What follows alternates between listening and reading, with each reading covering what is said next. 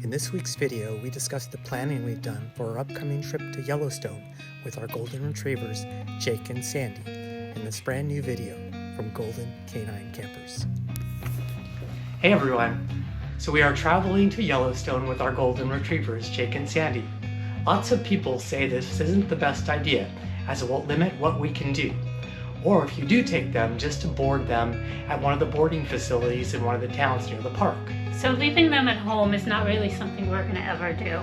The whole point of our camping trips is to spend some time with these little guys and to see gorgeous sights.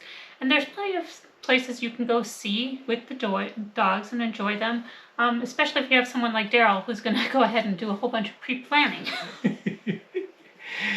So to make things worse, we are also camping at the Madison campground in a tent.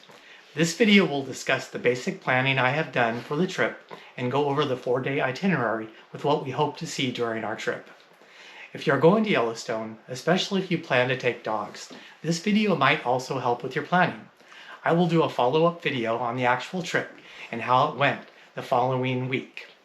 Yellowstone is not known for being dog-friendly, and the amount of wild animals that roam through the park is a good reason that dogs are not recommended in the park. We're going to have to take really good care and make sure that our dogs don't encounter any wild animals. That's right, and any activity that would involve our dogs being close to wildlife for sure is out. We also have to be careful to not take them in locations where the dogs are allowed, but we might encounter wildlife. So there are no hikes in Yellowstone where you can take your dogs. However, Yellowstone is such a large park that we will spend a lot of our time driving to the various sites. Pets are not allowed on trails, boardwalks, or the backcountry, but pets can be within 100 feet of roads, parking areas, and public areas. Our plan is to visit locations where only a short walk is necessary to see the site. Nicole and I will take turns visiting the site, with the others staying in the car with the dogs. We will also utilize picnic areas and the 100 feet rule to let our doggies stretch their legs while the others visit a location that requires a little more time to see. So luckily for us, our car has a pretty big battery, so it's going to be easy to stay inside the car with the AC running. We're going to also put the dog beds in the back so that they have a really comfy place to lay. I'm thinking it's probably going to be best to take the first shift as being the hiker so that you can come back and really lounge in the back, hopefully on the dog bed with the dog. There are also towns such as Mammoth Hot Springs, visitor center areas, and picnic areas that we can walk around as the other is checking out the attraction. I have even heard that Old Faithful has a grassy area that you could hang out with your pooch and watch the famous geyser erupt. Yellowstone has 5 entrances. We are arriving via the west entrance, and that is the one you are likely to use if you're coming from Las Vegas, California, Arizona, or Utah. The campground reservations were relatively easy to make. We made our reservations a few months ago, and just 1 week ago, we made a change to the reservation by adding a day. I don't think it's terribly difficult to make camping reservations in the park, unlike some of the other national parks like Yosemite. One important thing to know about Yellowstone is there are very little cell coverage. So it's really important to have some sort of a plan and bring hard copies or electronic copies that are stored on a device rather than relying on cell service. There are some areas that might have a little coverage, such as small towns or perhaps the visitor center, but I wouldn't rely on having cell coverage. So I'm really hoping that the main sites do have cell coverage, because with our dog sitter hiker switch plan, the person sitting with the dogs is going to have a lot of downtime. Crossing my fingers there's going to be some cell coverage there, and we're going to try to let you guys know what we encountered with the cell service on our review video. As backup, we got some books. Nicole took us to the library today, and so we bought some 50-cent books, so we're all set. So if there's no cell coverage, we're going to be sitting in the car with a book. As I previously mentioned, there's a lot of driving around in Yellowstone, so you need to obviously have a car. There's a lot of distance between the popular sites in Yellowstone, so you need to be a little strategic about the sites you're going to and give yourself time to get there. The main road around Yellowstone is basically a figure 8. There is an upper loop and a lower loop. The lower loop has the most geyser activity and is probably the most popular. I would recommend breaking up the park into quadrants and planning your trip days around these quadrants. As I was researching Yellowstone, and because we only had 4 days within the park, I broke up the park into 4 quadrants.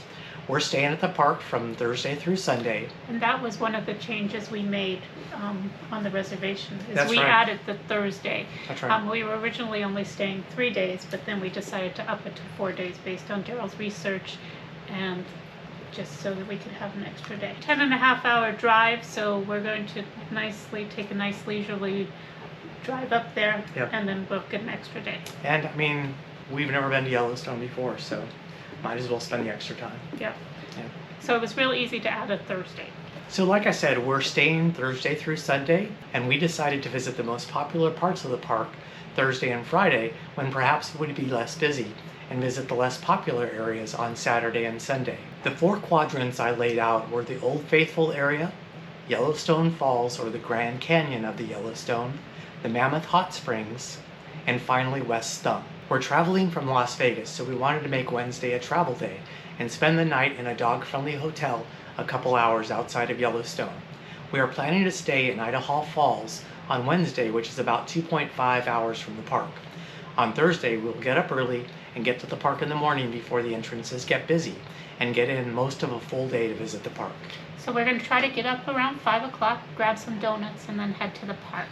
Our goal is to arrive before 9 so that we have lots of time to explore. We can't check into the campground until 1 p.m. So on Thursday, we'll visit the Old Faithful area first and set up camp at around 4 p.m. or so. So let's quickly preview some of the sites we decided we're going to see at Old Faithful. Understand, this is our first time in the park, and I only spent half a day or so researching, but these are the sites that seem to be the most popular. So coming into the park from the west entrance, so we're going to drive towards the campground and turn onto the Yellowstone Highway going south. The first site we're going to visit is the Grand Prismatic Overlook. You're going to park in the Fairy Falls Trailhead, which is just south of a picnic area. Most of the folks in the parking lot are not there for Fairy Falls, but are rather there for the overlook. And you can reach the overlook by starting on the beginning part of the Fairy Falls Trail. From what we've heard is that the Grand Prismatic colors are amazing from the overlook. From Daryl's research, the colors and views from the overlook are actually more vivid and more amazing than when you're going to the actual Grand Prismatic site, which is what we're going to get to next. Yeah, and really the reason for that is because you're looking from a distance, whereas when you're so close to it, you can't see all the spectrum and all the different colors within the Grand Prismatic. Prismatic, hard to say, hopefully amazing to look at. Many of the reviewers say that this is one of the top 5 things that they did in Yellowstone. It's about a mile out and back hike to the overlook, so it shouldn't really take us much more than 30 minutes or so to make the round trip. So the waiting person is going to head to the picnic area and hang out with the dogs. So, he's going to be called the dog sitter, while the other person is going to take the trip to the overlook, and hopefully it'll take us about 45 minutes or so to walk that mile. Yeah. So this is going to be our first attempt at this dog sitter hiker switching thing. We've switched before, but usually when we've done this switch, the person who was staying behind stayed at the campsite, so the dogs were really comfortable. This is going to be our first time where we're waiting in the car with the dogs. One of the things that's hopefully that there's going to be lots of shade, and the restrooms are going to be close to the parking spots. But I can see that using the restroom is going to be an issue, Yeah. especially if it's a long hike. Can't drink a lot of sodas. Yeah, no, we're not going to drink a whole lot of sodas. But I mean, if the bathroom's closed, we can probably leave the dogs in the car for 5 minutes. But I mean, I wouldn't really want to leave them much more than 5 minutes, especially if there's not any shade. So that's one of the things. Before the hiker heads out, we're going to be like, okay, you set for 45 minutes or so, and hopefully that will work out well. So the next stop is the actual Grand Prismatic Spring. But just like I mentioned, this might not be as stunning as the overlook. We'll make sure to provide our comparison of the 2 different views in our review video. Nevertheless, it's still worth seeing, since how often do you get to visit a place like this? Probably once in a lifetime, unless you come to the Yellowstone all the time. So next up is the Biscuit Basin Loop Trail, which has beautiful sapphire pools and geyser springs. The back of the basin is a hike to Mystic Falls, which is a beautiful 1-mile round-trip hike. Many have said that the Biscuit Basin It's really hard to say some Biscuit of these. Basin, Biscuit Basin, Biscuit Basin. And then Grand Prismatic.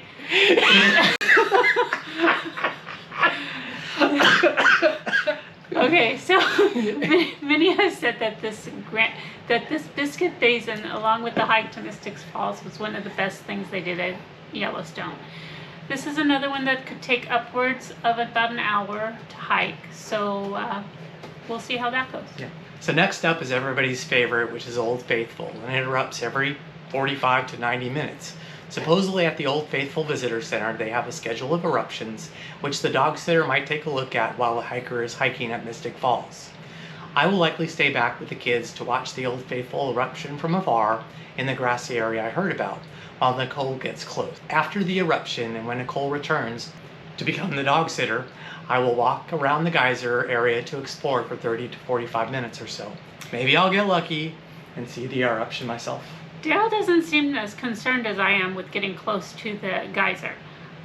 For me, that's a really important thing, and I'm sure Daryl's going to change his mind once he sees it from afar.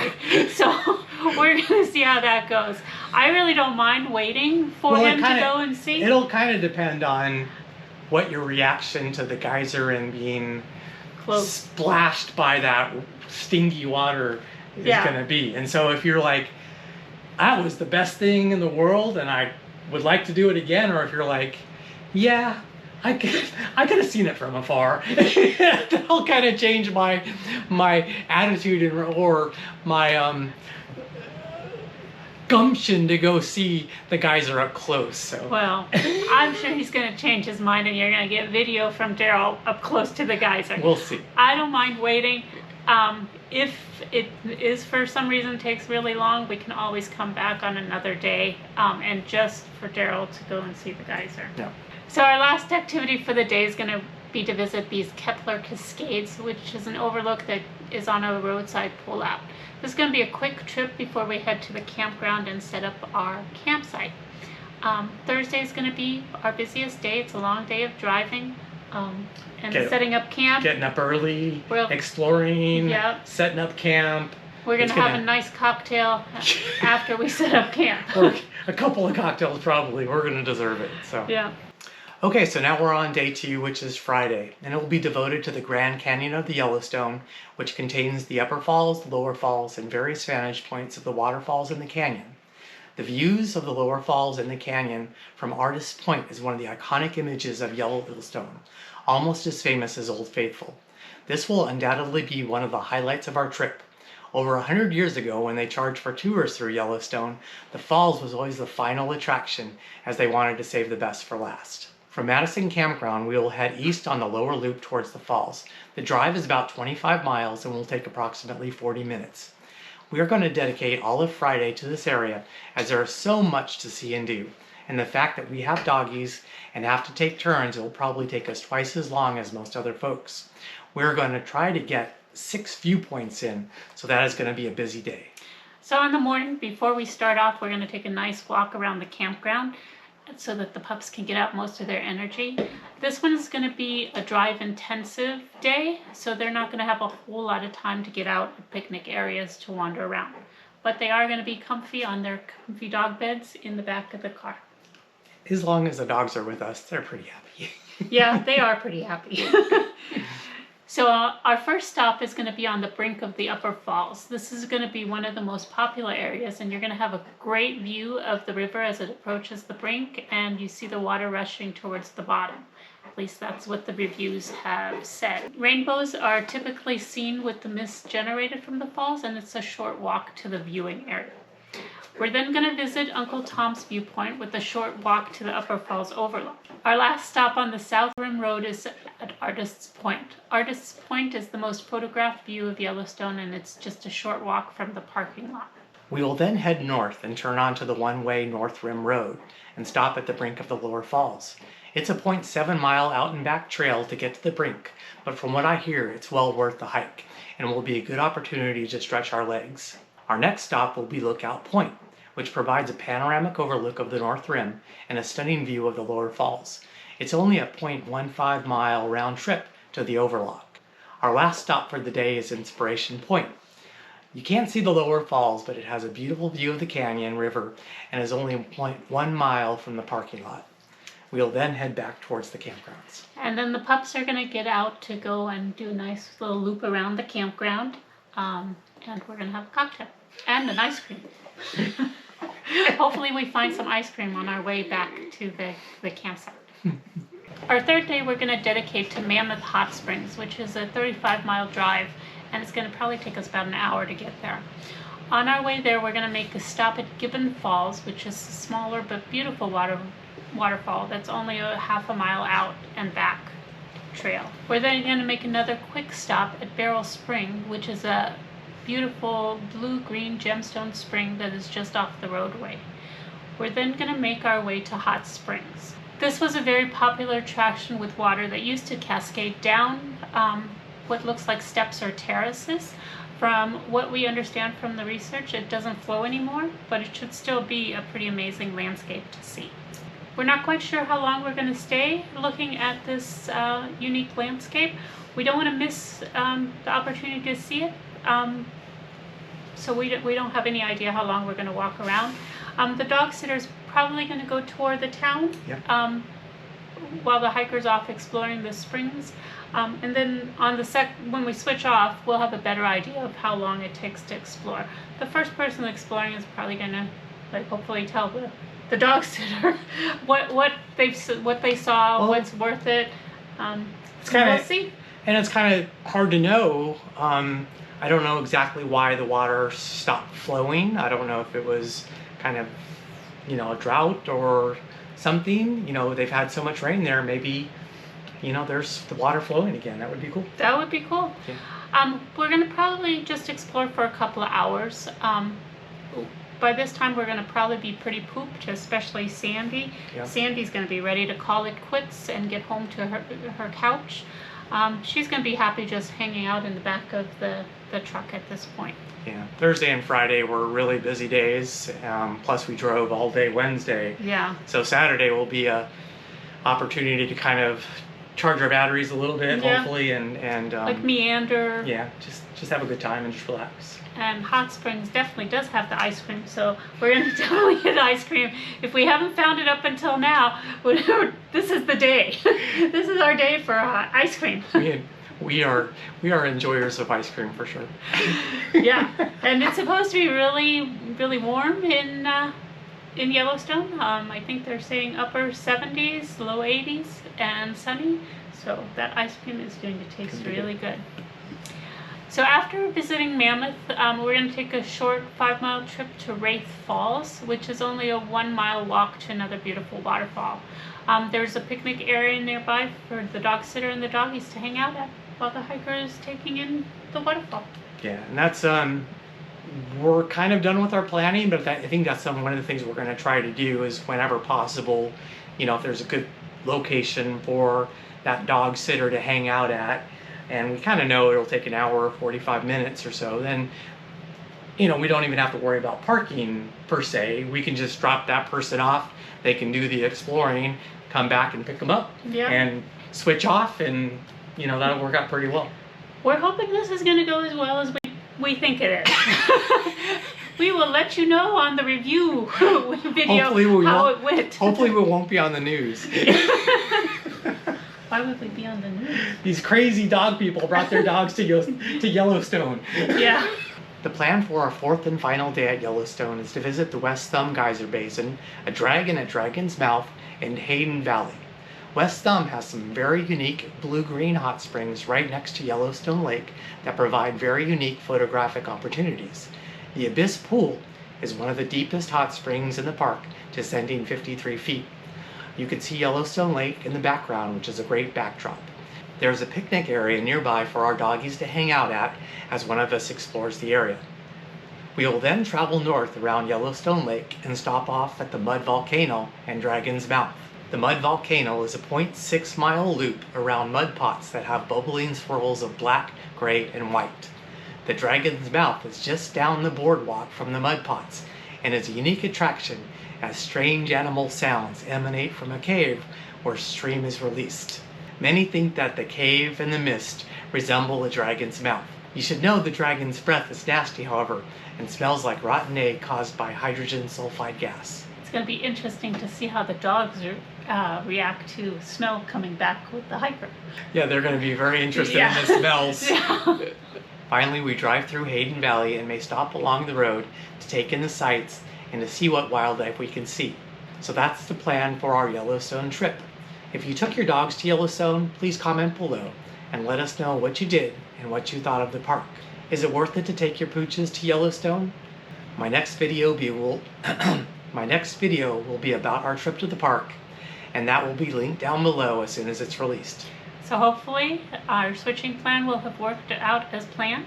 The downside of the switching plan is that we're not going to be able to enjoy the sights together. Yeah. But I mean, we're going to see the same sights within a short time, so it's not like we're experiencing two totally different versions of the park. And we get to see ourselves on video a week later. Yeah. And it's worth it for us to take the dogs, with us, because they're our babies. Yeah. Sandy, what you think? Are you excited? Are you excited about going to Yellowstone? She's not real excited. She's excited to see the buffalo. You can tell how excited she is. All right, guys. So hopefully things go well, and we'll see you in the next video.